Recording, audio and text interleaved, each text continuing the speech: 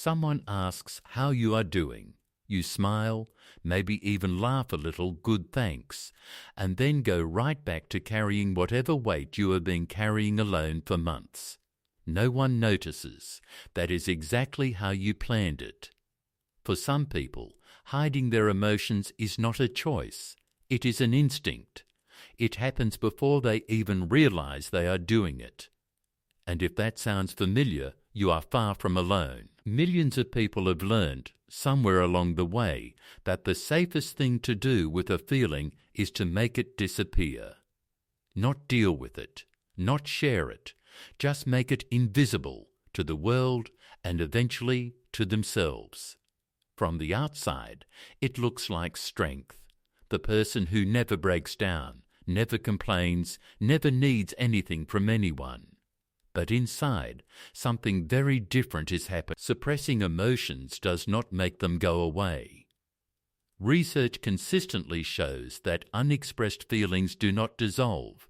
They accumulate. They turn into chronic anxiety, physical tension, emotional numbness, and a quiet but persistent sense that you are invisible, even to the people closest to you.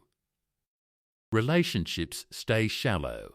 Conversations stay surface level, and no matter how many people surround you, there is always a loneliness that never fully lifts. The real problem is not the feelings themselves. It is the belief, often formed in childhood, that those feelings are a burden, a weakness, or simply unwelcome. Psychologists call this pattern emotional suppression, a conscious or unconscious effort to inhibit the outward expression of internal emotional states. It is closely linked to alexithymia, a condition where people genuinely struggle to identify and describe their own feelings. They do not just hide emotions from others, they lose access to them entirely. According to attachment theory, people who grew up in environments where emotions were dismissed, punished, or ignored develop what is known as an avoidant attachment style. They learn early that connection is safer without vulnerability. The nervous system adapts. Emotional expression becomes associated with danger, so it gets shut down at the source. Neuroscience adds another layer. When emotions are chronically suppressed, the brain's prefrontal cortex, which is responsible for emotional regulation, remains in a near constant state of effort. The result is cognitive fatigue, elevated stress hormones, and a paradoxical emotional hypersensitivity hiding beneath the calm exterior. The person who looks the most composed is often the one working the hardest just to stay that way. The goal is not to become someone who cries in every conversation or overshares with strangers. Emotional openness is not about volume. It is about access. It is about knowing what you feel and having the choice to share it when it truly matters. The first step is simply noticing. Before you can change the pattern, you have to catch yourself in it. Start asking yourself honestly, what am I actually feeling right now? Not what you think you should feel, not what is convenient to feel, what you actually do feel.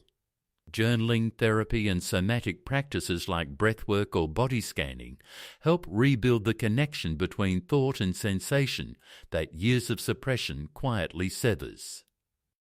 The second step is small, deliberate disclosure. Not with everyone, just with one safe person.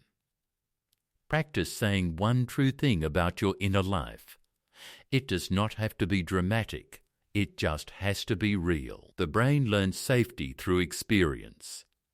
Each small moment of vulnerability that goes well quietly rewrites the old script your nervous system has been running for years. Here is a challenge for today. The next time someone you trust asks how you are doing, resist the default answer. Instead, pause for 2 seconds. Check in with yourself honestly. Then say one real thing, even if it is just, I have actually been a bit stressed this week. You do not have to overhaul who you are overnight. You just have to take one small step toward being known. Authenticity is not built all at once. It is built in tiny moments of honesty, repeated over time. Start with one.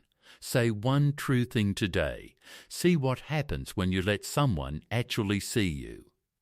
Hiding your feelings kept you safe once. Maybe it had to.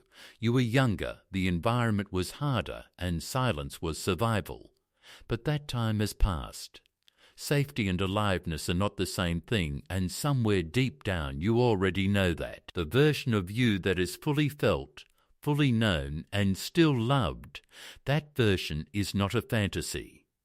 It is possible. And it does not begin with a dramatic breakthrough or a perfect moment. It begins with a breath, a pause, and one honest word. Your feelings are not a burden.